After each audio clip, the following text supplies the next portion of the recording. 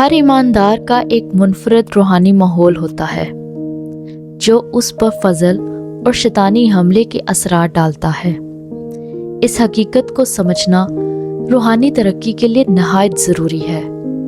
इब्लीस अक्सर बराह रास्त हमला करने से पहले आपके रूहानी माहौल को आलूदा करता है, इसलिए रूहानी बातों को समझना और जानना बहुत अहम है। खुदा के फजल का तजुर्बा करने के लिए पाकीज़ा रूहानी माहौल बरकरार रखना ज़रूरी है। ईमानदार हर वक्त रूहानी जंग की हालत में रहता है। इस रूहानी जंग को इब्लीस हमारे रूहानी माहौल को आलूदा करके शुरू करता है और ये उसकी सबसे ज़्यादा असरअंदाज होने वाली तरकीब है, और वो ये काम रूहानी आलम में करता है जो हमें ज़ाहिरी आंखों से नज़र नहीं आता। इसलिए बहुत से ईमानदारों को समझ नहीं आता कि उनकी ज़िंदगी में क्या और कैसे हो रहा है। इसकी एक वजह यह है कि बहुत से ईमानदार रूहानी आलम से वाकिफ नहीं होते और वो रूहानी जंग को नहीं समझते। इसलिए वो हर वक्त किसी न किसी हमले या नाकामी का शिकार रहते हैं।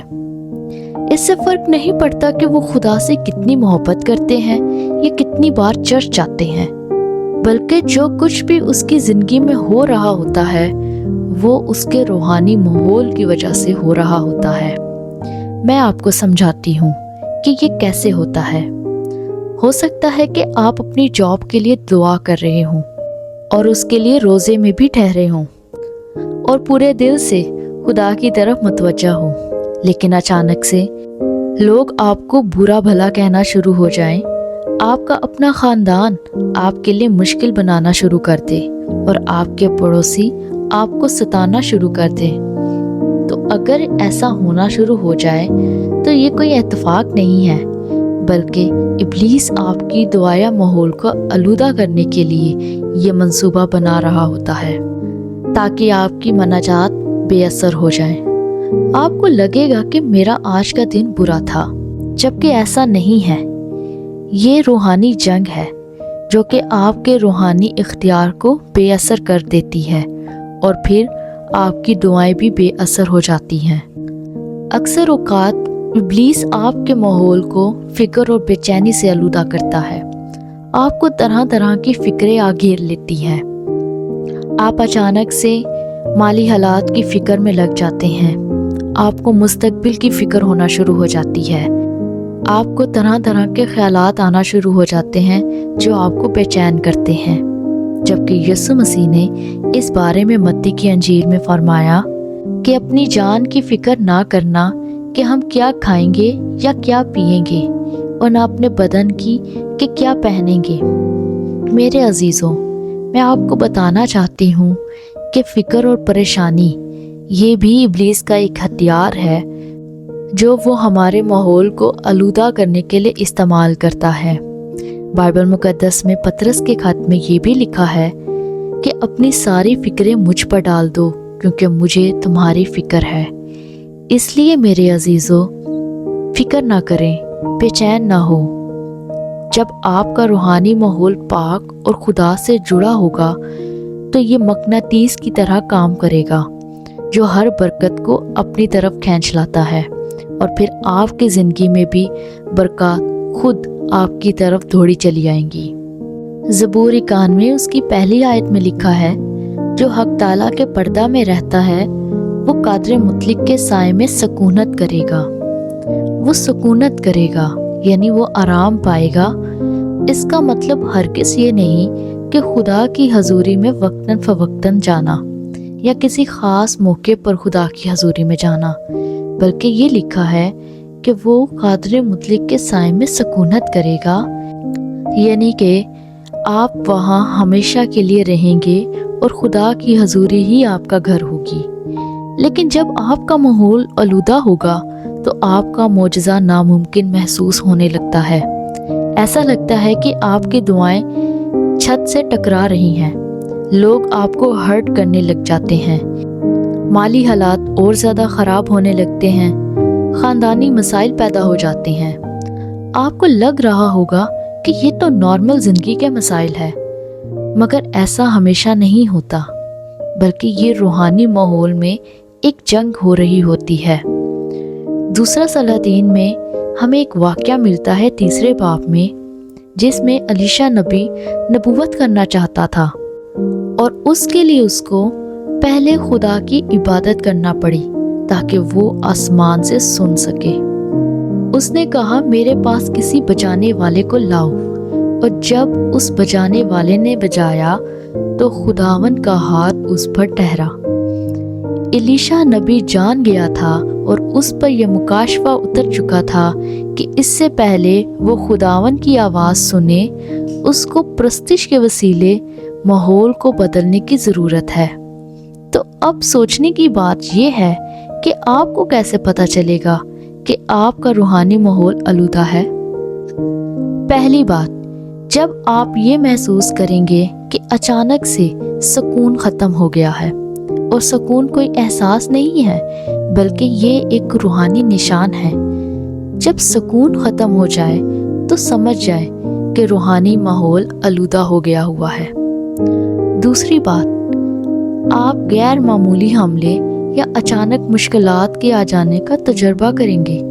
एक दिन सब ठीक होता है तो अगले दिन अचानक सब बिगड़ जाता है, जबकि कुछ भी अचानक नहीं होता, बल्कि ये रूहानी माहौल में गंदगी की वजह से होता है। और तीसरी बात कि आपको कैसे पता चलेगा कि आपका माहौल आलूदा हो चुका है, वो ये है कि आपको अजीबोगरीब ख्वाब आना शुरू हो जाएंगे। जब आपका रूहानी माहौल आलूदा होता है, ख़राब होता है, तो आपको ऐसे ख्वाब आते हैं जैसे कोई आपका पीछा कर रहा है, कोई आप पर हमला कर रहा है। गंदे पानी, टूटी चीज़ें और ऐसे ख्वाब जिसमें आप कहीं गुम हो गए हैं। ये वो निशानात हैं जो आपको ये आगाही दे रहे होते हैं कि रूहानी माहौल में आपके खिलाफ क्या हो रहा है। याद रखिएगा कि चोर आता है चुराने, मार डालने और हलाक करने को। वो आता है हमारे सुकून को चुराने के लिए, हमारे इत्मीनान को, हमारी खुशियों को, हमारी ब्लेसिंग्स को चुराने के लिए, ताकि हम आगे ना बढ़ पाएं। उसका मकसद हमें अपनी तरफ खींचना नहीं, बल्कि हमें खुदा से दूर करना होता है। वो हमारे माहौल को आलूदा करके हमारी दुआओं को रोकना चाहता है, ताकि हम रूहानी तौर पर तरक्की ना कर सके और हमारा रिश्ता खुदा के साथ मजबूत ना हो जाए। लेकिन हमारे पास ये खुशखबरी है कि यीशु मसीह ने हमें इख्तियार बख्शा है ताकि हम अपने माहौल को साफ और महफूज बना सके। हम अपने माहौल को कैसे महफूज बना सकते हैं, सवाल तो ये है। तो उसके लिए चंद बातें। पहली बात तो ये कि इमसाल 4 बाब उसकी 23वीं आयत में लिखा है, अपने दिल की खूब हिफाजत कर। हमें अपने दिल को आलूदा होने से बचाना है। दूसरी बहुत ही अहम और ख़ास बात, याद रखिएगा कि नामाफ़ी ये वो अमल है जो हमारी दुआओं को रोक लेती है और हमें खुदा से और लोगों से भी दूर रखती है। इसलिए अगर कोई इंसान आपको हर्ट करे, आपको दुख दे, आपको परेशान करे, ज़रूर है कि आप उसी वक्त उसको माफ़ कर दें, क्योंकि बाइबल में लिखा है कि सूरज के गुरूब होने तक तुम्हारी खफगी जाती रहे। इसलिए मेरे अजीज़ों, जब आपके अंदर माफ़ी होगी और आप दूसरों से मोहब्बत से पेश आएंगे तो वो आपके माहौल को पाक और साफ रखेगा। तीसरी बात, माहौल को गीत, ज़बूर और खुदा के कलाम से भरना शुरू करें। दाऊद को इसका मुकाशवा हासिल था, इसलिए जब साउल को बुरी रूह आकर सताती थी तो दाऊद ही था जो प्रस्तिश करके उसको सुकून देता था। चौथी बात ये है कि आप रोज़े रख सकते हैं। मनफी बातों से बचने के रोज़े, शिकायतों और बुरे असरात से दूर रहने के रोज़े। ज़रूरी नहीं कि रोज़ा सिर्फ खाने पीने से परहेज का ही होता है। 5वीं बात ये है कि अपने माहौल में ज़िंदगी को बोले। جب آپ ایمان، امید اور خدا کے وعدوں کو بولیں گے تو آپ اپنے ماحول کو الہی طاقت سے بھرتے ہیں۔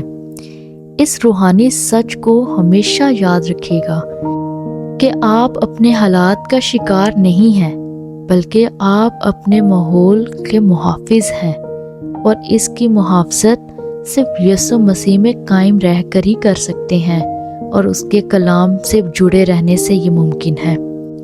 آج کے اس ڈیووشن سے میں آپ کو یہ بتانا چاہتی تھی کہ ہمارے ارد گرد کچھ مانیٹرنگ اسپرٹس ہوتی ہیں جو ہمیں واچ آؤٹ کر رہی ہوتی ہے، ہم پر نظر رکھے ہوتی ہے، تاکہ وہ ہماری برکت کو چرا سکے، ہماری دعاؤں کو روک سکے، ہمیں ہمارے مقصد سے دور رکھ سکیں۔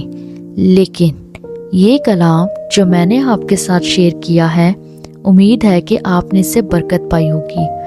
اگر آپ کے اندر یہ سوال ہے کہ میری دعائیں قبول کیوں نہیں ہو رہی، میں کسی مقام تک کیوں نہیں پہنچ رہا، میں ہمیشہ ناکامی کا ہی سامنا کیوں کر رہا ہوں، تو یاد رکھیے گا کہ آپ کا ماحول آلودہ ہو چکا ہے، اور یہ 5 باتیں جو میں نے آپ کو بتائی ہیں، یہی آپ کے ماحول کو دوبارہ سے پاک کر سکتا ہے، اور آپ کی دعائیں خدا کی حضوری میں جا سکیں گی، اور آپ خداوند میں آگے بڑھ سکیں گے۔ خدا آپ کو برکت دے۔